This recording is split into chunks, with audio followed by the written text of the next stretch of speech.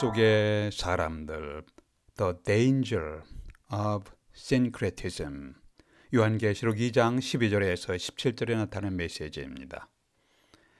라스베가스라는 도시에 대해서 들어보셨거나 실제 가보신 분도 있으실 겁니다. 저는 그랜드 캐년 관광을 위해서 잠시 머문 적이 있습니다. 미국 네바다주에 위치한 라스베가스는 세속적 향락주의를 대표하는 도시입니다.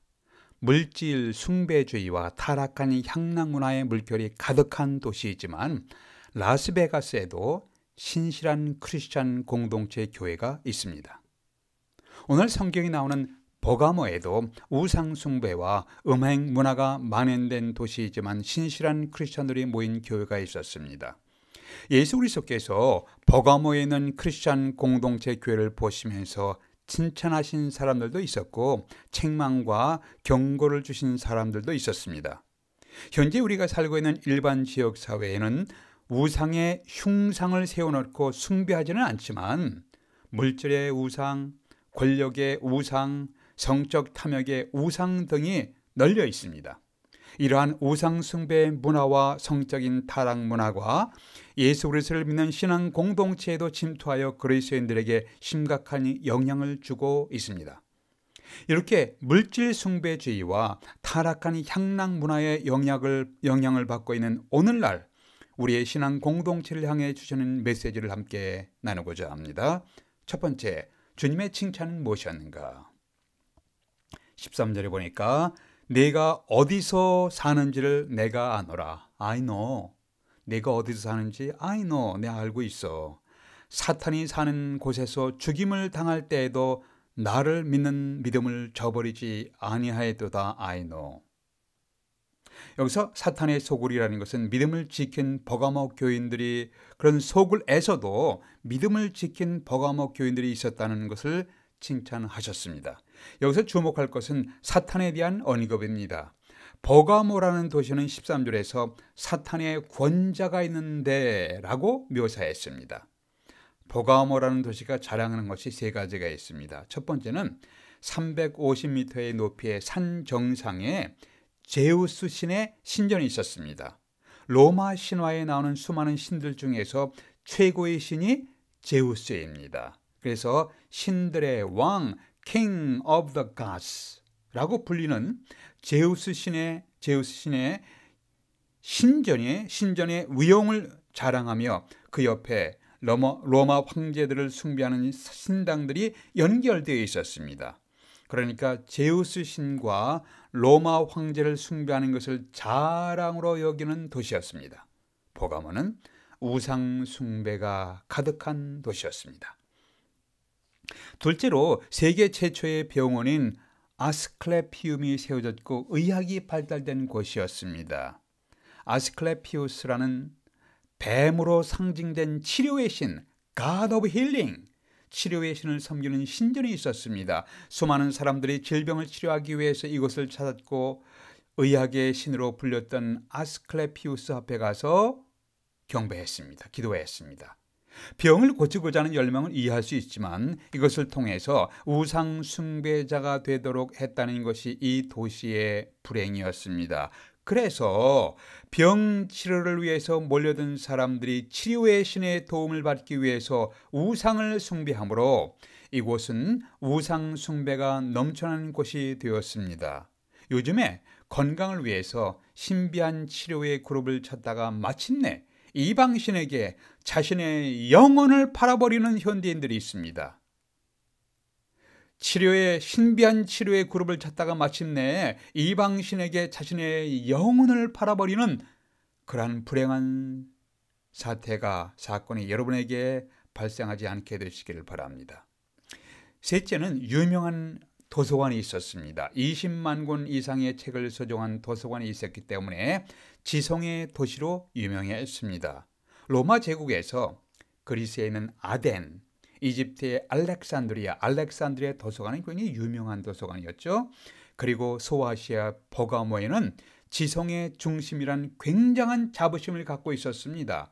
대규모 도서관의 많은 책들이 정신을 혼미하게 하고 타락시키는 내용들이 많았다고 전해지고 있습니다. 이렇게 온 도시가 우상 숭배로 가득 찼고 세속화된 전형적인 도시가 버가모였습니다. 오늘날 하나님과 절대 진리를 거부하고 세속화된 대도시들의 모습과 유사합니다. 그럼에도 불구하고 이 도시의 한 모퉁이에 교회 공동체를 이루고 살았던 버가모 교인들은 이 도시의 세속화의 분위기에 휩쓸리지 않았습니다. 버가모 교인들은 예수 그리스도에 대한 믿음을 굳건히 지키며 살았습니다. 그래서 주님은 너희가 나를 믿는 믿음을 저버리지 아니하였구나 라고 칭찬하셨습니다. 하나님이 여러분을 보시면 이렇게 칭찬하실 수 있을까요? 아무개. 세속화의 물결 속에서 나를 믿는 믿음을 저버리지 아니하였구나 라고 칭찬하실 수 있으실까요? 심지어 버가모에는 신앙을 지키기 위해 순교하는 사람도 있었습니다. 대표적인 순교자로 안디바란 성도가 있었습니다. 13절에 보니까 내 충성된 증인 안디바가 너희 가운데 곧 사탄의 사는 곳에서 죽임을 당할 때에도 그렇게 언급되었습니다. 대부분의 교인들이 세속화의 물결에 휩쓸려 가고 있었지만 안디바처럼 충성된 증인들이 있었기 때문에 버가모 교회 공동체는 세상을 향하여 빛을 발하고 있었습니다. 어두운 도시 버가모, 죄악의 도시, 우상 숭배의 도시 버가모 속에서 안디바처럼 순전한 믿음의 사람으로 살았던 성도들을 주님은 칭찬하셨습니다.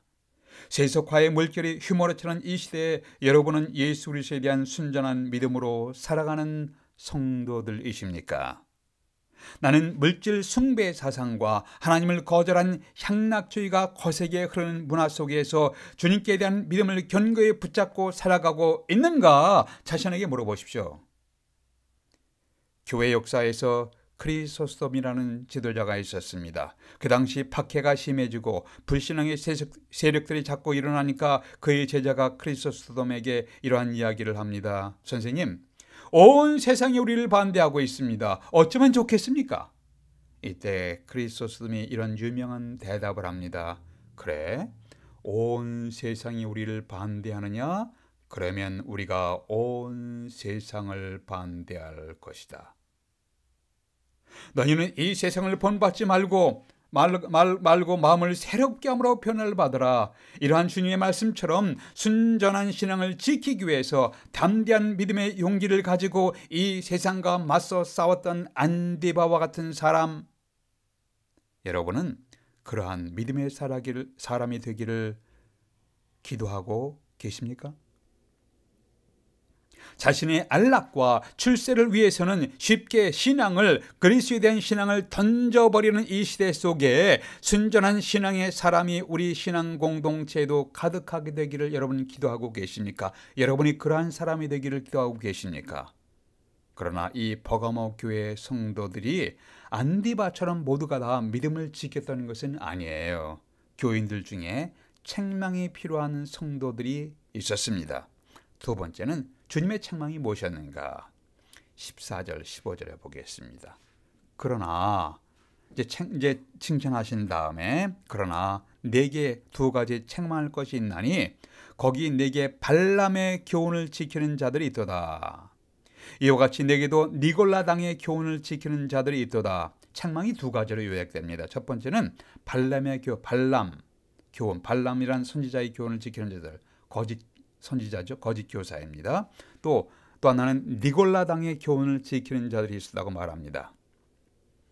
먼저 발람의 교훈이란 무엇인가? 구약 성경 민수기에서 선지자 발람이 있었는데 발락이 이 선지자에게 돈을 내놔요. 흥정하는 거예요. 협상하는 거예요.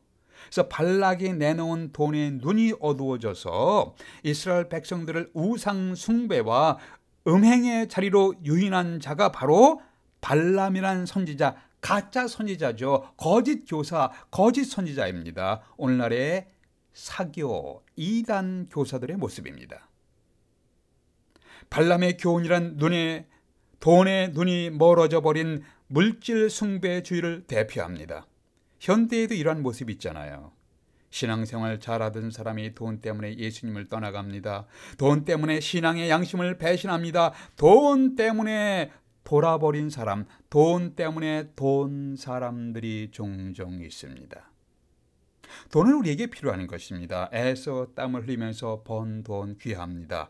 돈을 지혜롭게 사용하면 사람들을 신앙으로 이끌고 복음을 전파하며 복음의 사역에 함께 동참할 수 있게 됩니다. 그러나 돈을 하나님의 위치에 올려놓으면 신앙생활도 엉망이 되고 교회 공동체 질서가 흔들리며 혼동하게 됩니다. 돈을 필요한 곳에 사용하여 주님의 영광을 나타내되 돈의 지배, 돈의 통치는 받지 아니하도록 분별하십시오.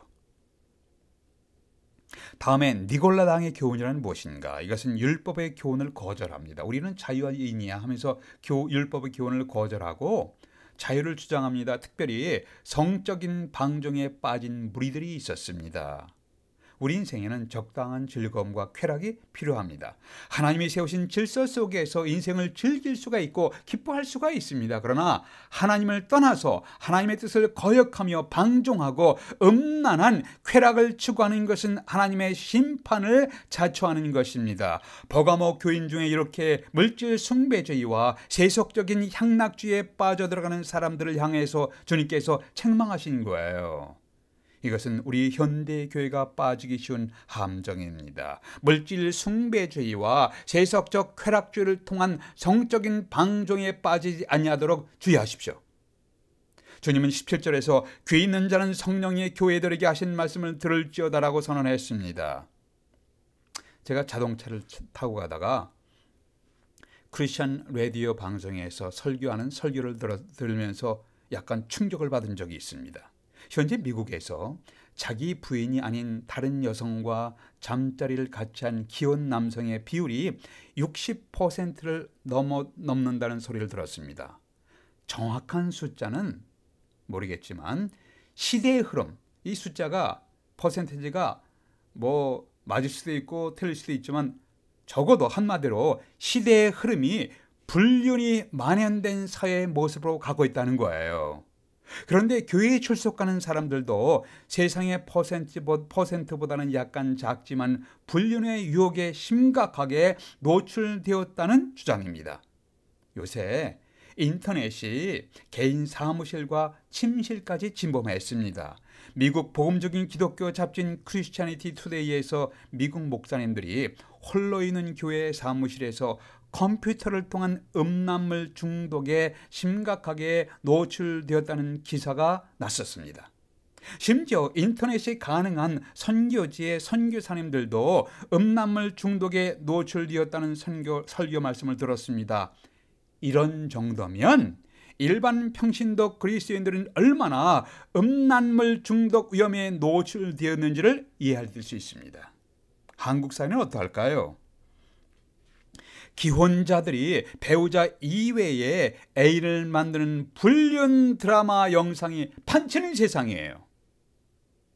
어떤 유튜브는 타이틀 보기가 부끄러워요. 사랑하니까 괜찮아 하면서 성적인 타락을 합리화시키는 문화의 흐름을 분별하십시오. 이제 성장하는 청소년들이 왜곡된 성적인 판타지에 심각하게 노출되어 있습니다. 온 세상에서 음란의 영들이 활발하게 활동하며 복음의 일꾼들을, 그리스도인들을 공격하고 있습니다. 주변의 어떤 그리스도인이 음란한 영의 유혹에 넘어가서 인생이 무너졌다는 소식을 들으셨을 겁니다. 돈 때문에 돈 사람들, 음란한 향락 문화가 세차게 흐르는 현 시대의 상황을 분별하며 살아가시도록 자신과 가족과 믿음의 공동체를 위해서 기도하십시오. 세 번째는 주님의 권면이 무엇인가? 주님의 권면이 있습니다. 12절 보니까 주님은 좌우에 날선 검을 가지신 이로 소개하고 있습니다. 좌우에 날선 검을 가지시니, 성경에서 좌우에 날선 검은 하나님의 말씀을 의미하거나 하나님의 공의로운 심판, righteous judgment, 공의로운 심판을 의미하며 사용되었습니다. 버가모 성도들이 주님 앞에 바로 서기 위해서는 주님의 진리의 말씀에 비추어서 자신을 살피며 회개할 것이 있는지 점검해야 했습니다. 그래야 하나님의 심판 앞에서 부끄럽지 않게 당당하게 설 수 있는 신앙인이 될 수가 있었습니다.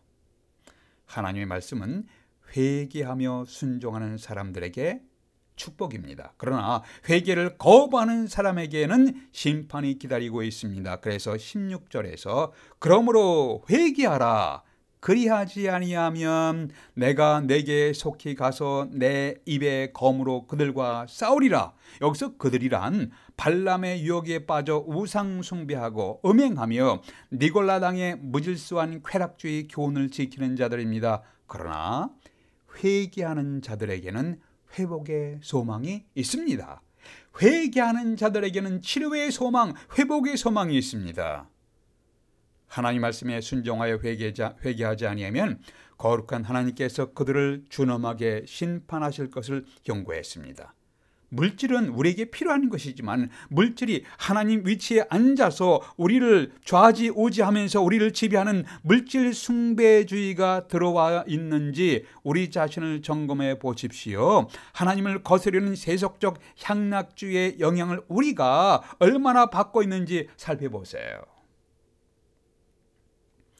버가모 성도들에게 배워야 할 것은 우리들이 끝까지 주님께 대한 믿음을 붙잡고 살아가는 것입니다.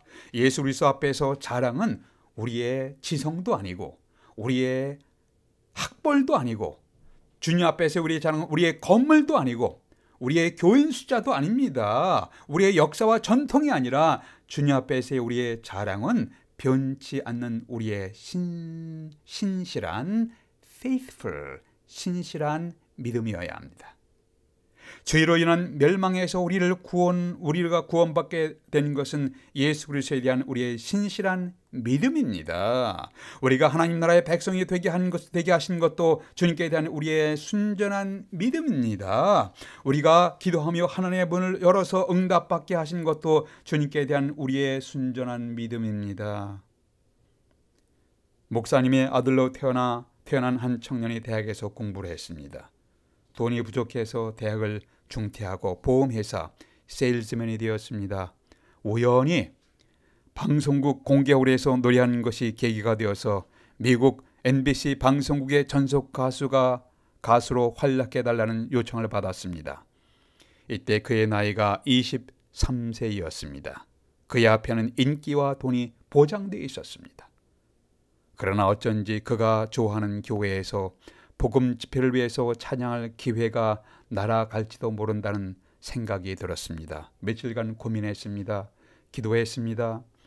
자기 집 응접실 피아노 앞에 앉았을 때 그의 어머니가 평소에 좋아하던 신앙시 한 편이 눈에 띄었습니다. 그 시를 읽어가던 그의 밤에 눈물이 흘러내렸습니다. 그리고 그는 자기도 모르게 이렇게 기도했습니다. 주님, 저의 목소리, 제 젊음을 주님을 위해서 드리고 싶습니다. 이 청년은 자기 마음속에 솟아오르는 멜로디를 어머니가 애송하는 신앙의 시에 맞춰 작곡을 시작했습니다. 이날 탄생한 찬송이 다음과 같습니다. 주 예수보다 더 귀한 것은 없네. 이 세상 부귀와 바꿀 수 없네. 영 죽을 내 대신 돌아가신 그 놀라운 사랑 잊지 못해. 세상 즐거움 다 버리고 세상 자랑 다 버렸네. 주 예수보다 더 귀한 것은 없네. 주 예수밖에는 없네. 이것은 조지 베블리 쉐아 씨의 이야기입니다. 이분이 빌리그람 목사님을 만나서 평생을 찬양과 간증으로 주님을 섬기는 사역에 헌신하셨습니다. 이렇게 평생을 예수님께 대한 믿음을 붙잡고 살아가는 간증을 가진 성도들이 가득 찬 신앙의 공동체가 위대한 공동체입니다. 세속적 쾌락주의와 물질 숭배주의가 가득한 세상 속에서 그리스도 복음의 진리를 붙잡고 담대하게 걸어가시는 성도가 되시기를 기도하십시다. 기도하겠습니다. 아버지 하나님, 저 자신, 우리의 가족, 우리의 자녀들, 우리가 섬기는 교회 공동체, 유혹이 많은 세상 속에서 순전한 믿음을 붙잡고 살아가는 그렇게 될 수 있도록 하나님 도와주시옵소서.